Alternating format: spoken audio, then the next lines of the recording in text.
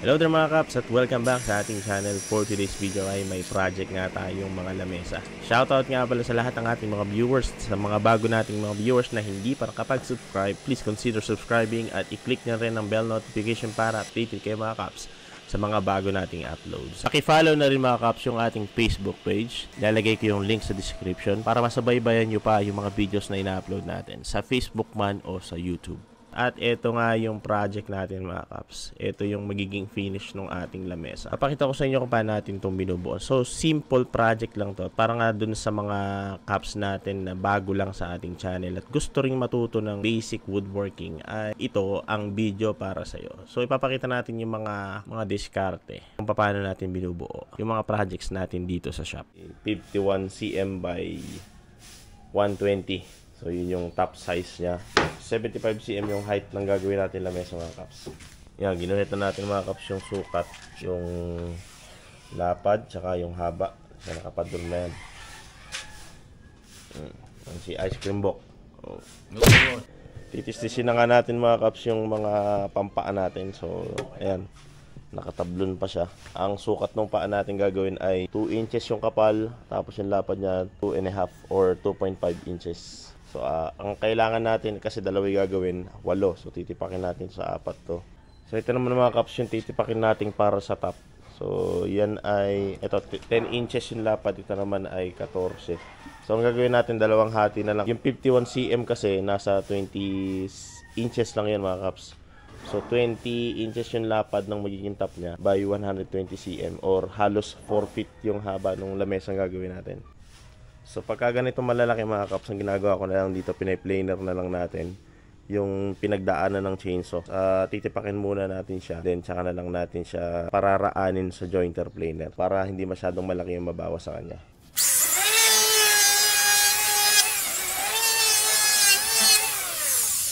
Ito kasi yung ilalagay natin sa guide, isasandig natin sa guide, kaya ito yung pinay-planer natin.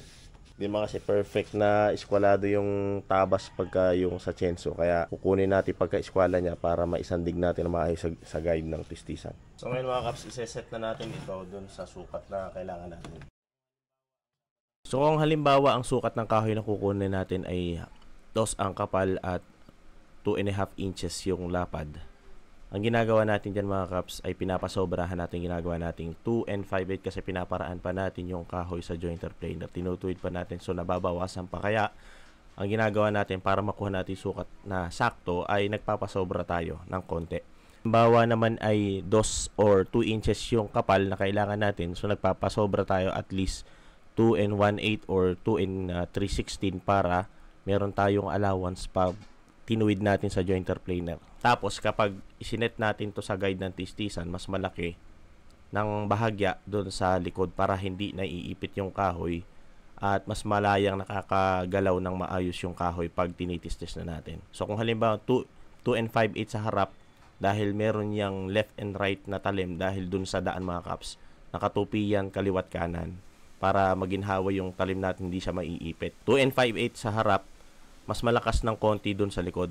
I mean, mas malaki yung allowance doon sa likod. So, kung 2 and 5/8 sa harap, magiging 2 and 11/16 o kahit maliit lang mga kaps. Basta meron siyang allowance sa likod na mas malaki siya kaysa doon sa harap para mas malayang makagalaw yung kahoy na titistisin natin. So, kung halimbawa 2 and 5/8 doon sa likod, magdadagdag ka lang at least mga isang guhit, yun yung sukat niya mga kaps. Basta laging meron tayong allowance sa likod, mas malaki siya ng bahagya kaysa dun sa entrada ng ating talim. So ganun yung sistema o diskarte natin sa pagtitistis ng kahoy, maliit man o mapamalaki.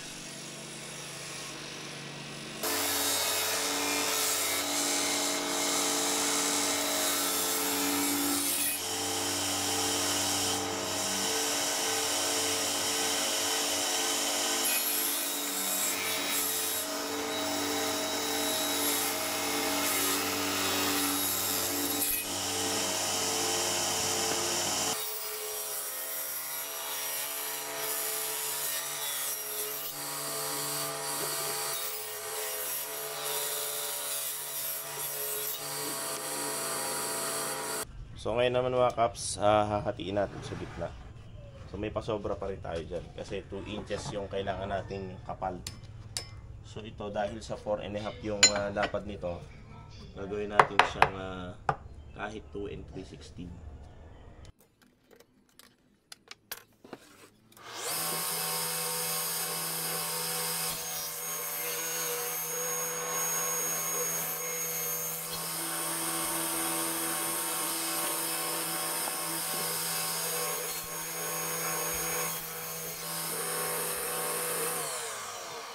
So sa part na ito mga kaps ay kung mapapansin nyo ay magsasander na tayo. Lahat ng mga sanepa, yung mga parts na gagamitin natin ay sinasander na natin para pagka inassemble ay makinis na talaga siya.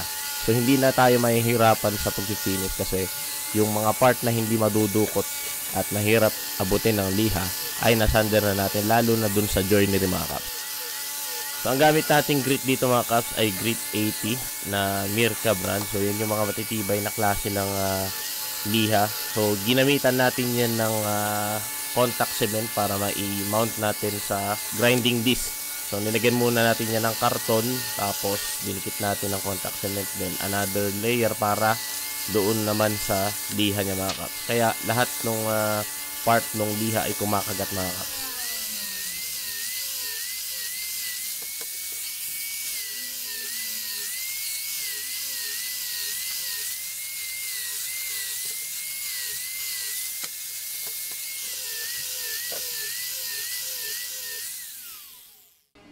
So dahil sa nakabuo na tayo ng pattern o ng padron natin mga kaps, ay yun na mismo ang gagamitin nating sukatan. Tatandaan natin lahat ng mga sukat nun at saka natin guguhitan gamit ang skwala. So right after na makapagliha tayo gamit ang power sander o angle grinder, yan ay sinusukat na natin o ginuguhitan na natin lahat ng mga para sa mitsahan o sa joinery mga kaps, yung mortise and tenon niya. Yan yung magsisilbing guide natin pag nagmitsa tayo, at ganun din dun sa pagbubutas ng mga paang gagamitin natin doon sa butasan natin sa table saw. Ito yung mga sanepa natin, nakinis na natin yan. Sanepa, tapos ito yung pangpaan ng lamesa. Tapos ito, sanepa din to, yung mahaba. Tapos ito yung sa gilid, sa may side. Ito naman yung sa dun sa papalap, sa lapad niya. Ito sa pahaba. May mga guhit na yan. So ngayon, ang ginagawa natin, ginuguhitan natin yung para dun sa mortise and tenon o yung sa mitsahan. So sumukat tayo ng 5/8 from this side doon sa pinaka gilid niya. So yan, ito, itanda na yan. So after makapagsukat tayo ng layo, usually from this side sa gilid, 5/8 yung layo natin, 5/8 inch. So nakapagsukat tayo, then kinuha natin sa marking gauge. Yan.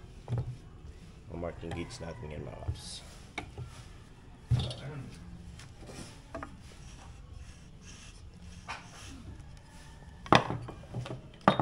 So ito yung tanda. Yan.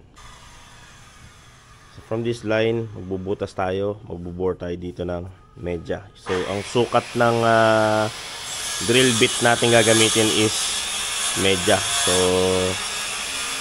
mga around nandito yan mga kaps. So ito yung butas yan. Dito papasok na yung mixer natin. Yan. Yan sa part na yan. Yan.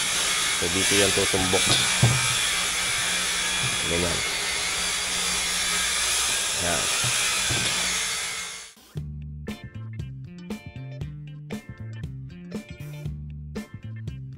So the next step mga kaps is pagbubutas or boring. So ito na yung mortise natin para dito sa ginagawa nating project na simple table na project. Ayan. So bubutasan natin. Ayan. Kung mapapansin nyo, nakapag set na tayo ng sukat. So adjustable yung taas nito. Kaya ayan, i-set na natin. So tatama sa dapat dun sa guhit.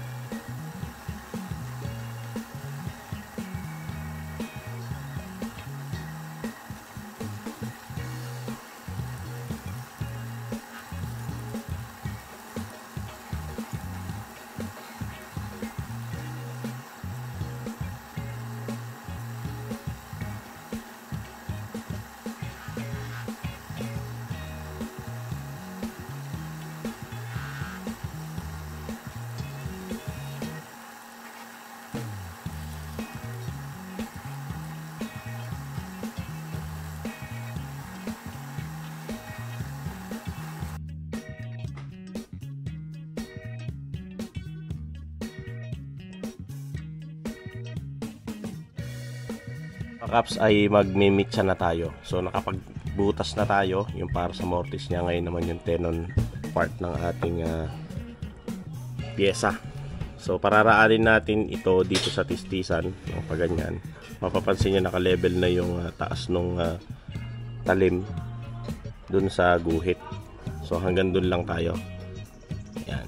So susukatin lang natin ang butas na kailangan natin, ang laki nung tenon na kailangan natin gawin is medya, kasi medya yung ginamit nating pambutas o drill bit dun sa ginawa natin. So yun yung tatabasin natin dito. So paparaanin natin dito yung pagmimitsa.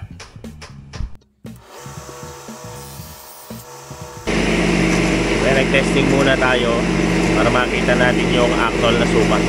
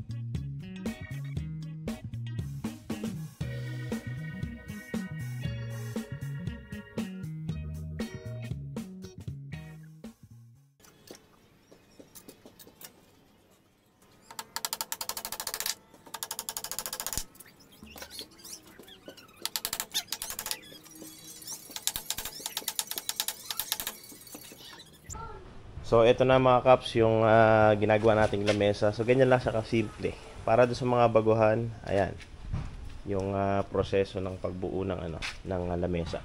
So, ganyan din yung proseso pagka bubuo tayo ng mas malalaki pa, gaya ng mga dining table. Yan. Pero mas malalaki yung pyesa rito. Ito kasi, maliit na lamesa lang naman to. 120 cm by 51 yung top niya. So, yan. Yun yung sorelas niya. 3 inches. So, ito may yung sanepa niya, sorelas. Tapos yung brace sa ilalim, 1.5 yon. Tapos yung poste natin is 2.5 by 2 inches by 2.5 inches. Yan. Tapos lalagyan na lang natin to ng top. So yan ang kagandahan mga kaps ng merong bar clamp. Talagang ipit na ipit at pikit na pikit. With matching wood glue by Pioneer. All goods na yan mga kaps. So top na lang, okay na yan. Then babarnisan natin. So ganun lang kadali.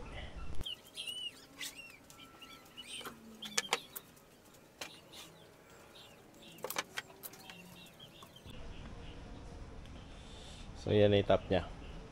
Pero ayusin pa natin yan.